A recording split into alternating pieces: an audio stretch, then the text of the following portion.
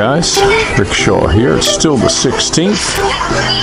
And I'm going to show you what our world came to. There's the kids' Christmas party at school. Zoom call, most ridiculous thing. Teachers are just trying to, do what they can, I guess. But how ridiculous. There's no reason these kids can't be back in school without a mask on, doing their thing, without all the plastic barricades and all that crap. But this is the insane world we live in right now. But I'm going to show you right now. This was the day they said the hurricane was going to really start hitting us. But right now, we're not doing too bad. You can see the clouds are coming. They're coming from the northeast, kind of. And they're heading, out towards the southwest. And you can see it out here. Fellows are all working. And it's not, so far for us, it's not bad. I've watched a couple of vloggers. We put it on the regular big TV.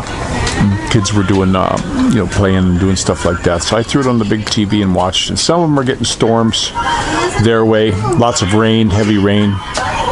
But so far we're doing pretty good. I hope it doesn't hit us too hard here, anywhere. I hope it doesn't hit anywhere too hard here, because the Philippines has, there can be some serious disasters and lots of life lost from these crazy storms. But last typhoon we went through, the thing that got me was, when the storm was really raging in the morning, there were people out there, and roofs were still flying off, and I just couldn't believe it. People were getting blown over, and they wanted to be outside.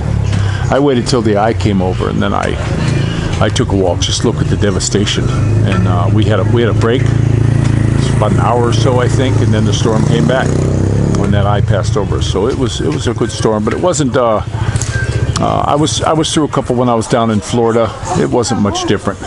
It's just the difference here is the landslides, the mudslides, because of building codes, and a lot of the homes that are built, even though they made, some of them are wooden structures and this and that, it's just their, termites got to them and stuff. And we had a storm here, just a big windstorm, and the guys who had a little hut over there blew the whole roof off, not because it wasn't okay when they first built it. It's just the termites here get into everything, and they get in that wood, plus the nails rust. You just get a lot of problems with wooden structures here. I remember down in Lipa a few years back, an Australian dude, he brought in one of them manufactured homes. He had the thing shipped in, and he put it up, and it was nice, kind of like double wide trailer. It was kind of nice. It was a modular home, though, they called it, and it came furnished. It was real nice. Brought it in on a ship. They actually had a bunch of workers cutting out a place so he can bring it in, and then I went back there. It was about 3 years later, and this thing, it just was completely rotted, and it rotted and tore apart. It was like when we had the last big hurricane in Tacloban. The U.S. came in and built these wooden things that rotted out within a year. These temporary homes and all that. And, if you're going to try to help here, you got to let the Filipinos fix it themselves. You can't go bringing in some wooden thing. It doesn't work here. You don't see, very rarely do you see wooden houses. Look at all these houses here. All of them. Block, cement. When I do the next one, I'd like to do set forms up, and then instead of putting block, just pour concrete, and then just keep stacking that up. Go up a foot at a time. And then I could put my conduit in the wall and all that stuff, water lines, whatever we need inside the wall, right inside the concrete, pour right over it, the rebar and all that. I think that would be a really good one.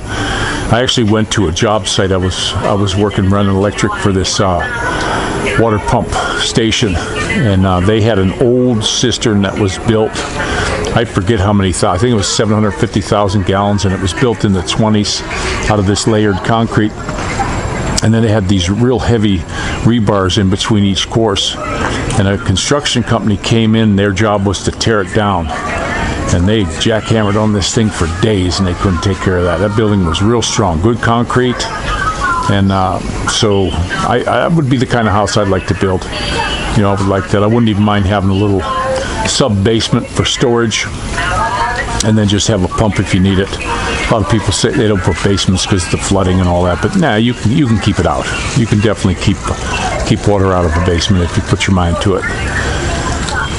But we're just chilling out today. It's not as bad as we expected today. I'm still holding off taking the tarp down. But I'll let you go so this doesn't run too long. And this is the weather we're having, guys. You know, it's not that bad. You can see the clouds moving. That way is north, and there's northeast, and it's not moving that quick. So this is Rickshaw out.